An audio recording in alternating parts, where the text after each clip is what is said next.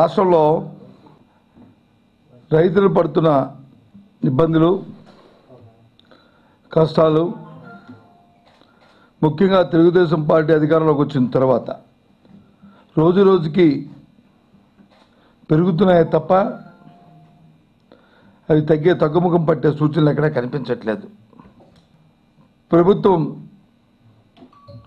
సకాలంలో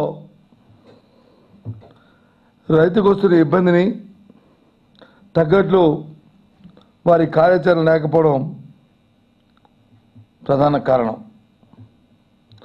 ఎన్నికలప్పుడు వచ్చి గొప్పగా చెప్తున్నారు, ఎన్నికలప్పుడు వచ్చి రైతే దేశం వెన్నెముక్క చెప్తున్నారు, మా ఎజెండా రైతు ఎజెండా అని చెప్తున్నారు. ఎన్నికలు అయిపోయిన తర్వాత వాటిని తొంగలు తొక్కేస్తున్నారు. మొన్న జరిగిన ఎన్నికల్లో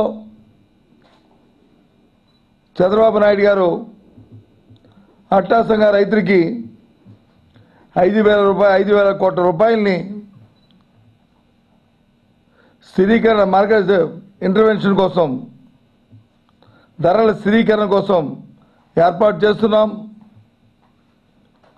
పండిన పంటకు గిట్టుబాటు ధర రానప్పుడు మద్దతు ధర గిట్టుబాటు ధరని ప్రభుత్వం మార్కెట్లో ఇంటర్వెన్షన్ అయ్యి మార్కెట్లో వచ్చి ధరల్ని స్థిరీకరణ చేస్తామని చెప్పి హడావిడిగా చెప్పడం జరిగింది, ఎన్నికల ప్రణాళికలో పెట్టడం జరిగింది. ఇవాళ ఎక్కడ చూసినా సరే కనుచూపు మేరలో కనిపించట్లే.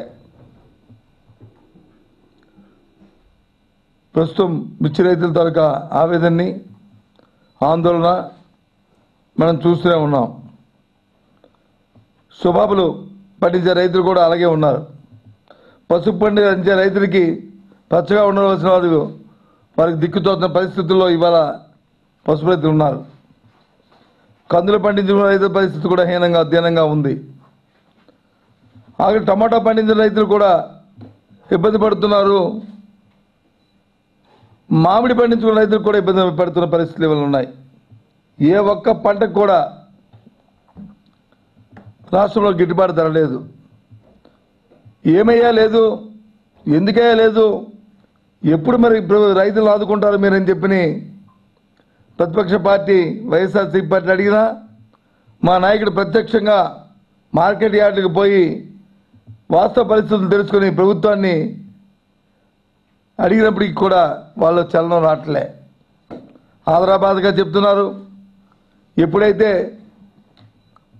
మా జగన్మోహన్ రెడ్డి గారు మార్కెట్ యార్డులకు వెళ్ళినా లేదు, మా నాయకులు వచ్చి యార్డులకు పోయి పరిస్థితులు తెలుసుకోవడానికి ప్రయత్నం చేసి ప్రభుత్వానికి ధర్నాలు చేస్తున్నా నిరసన తెలుపుతుంటే మార్కెట్ ద్వారా మేము వచ్చి పర్చేజ్ చేస్తాం, సీసీఐ ద్వారా మేము వచ్చి పత్తి కొంటాం అని ప్రగల్భాలు పలుకుతున్నారు ఉత్తర కుమారుడి వలె. కానీ వాస్తవ రూపం మాత్రమే దాల్చట్లేదు. వీటికన్నిటికీ నిరసనగా ప్రభుత్వం ఒత్తిడి తీసుకురావడానికి ఇచ్చిన మాట నిలబెట్టుకోమని చెప్పి 5,000 కోట్ల రూపాయలతో ధరల స్థిరీకరణ కోసం ఏర్పాటు చేయాలని చెప్పి జగన్మోహన్ రెడ్డి గారు రైతుల కోసం రైతు దీక్షని గుంటూరులో 26, 27 తారీఖులు అని అనుకున్నాం. కానీ దాన్ని 1, 2 తారీఖుల్లో మే 1, 2 తారీఖుల్లో ఆ కార్యక్రమాన్ని అక్కడ నిరసన దీక్షని చేపట్టడం జరుగుతుందనే విషయాన్ని రాష్ట్ర రైతాంగాన్ని తెలియజేస్తున్నాం. మీరు ధైర్యం కోల్పోవద్దు, రైతాంగాన్ని మేము కోరుతున్నాం. ధైర్యం కోల్పోకండి, మేము వెనకాలనే మేము ఉన్నాం. ఈ ప్రభుత్వానికి మెల్లొంచైనా సరే కార్యక్రమాన్ని చేయిస్తామని చెప్తున్నాం.